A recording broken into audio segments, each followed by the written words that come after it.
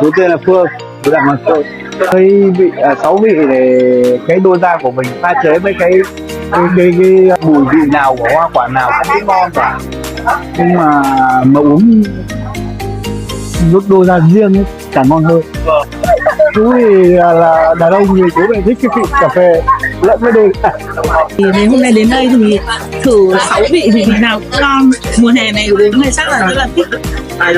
Tí nữa phải hỏi cách để trải nghiệm cà phê đấy. Thức uống này thì khá là đủ thứ để mà chắc chắn là để thêm thứ mua về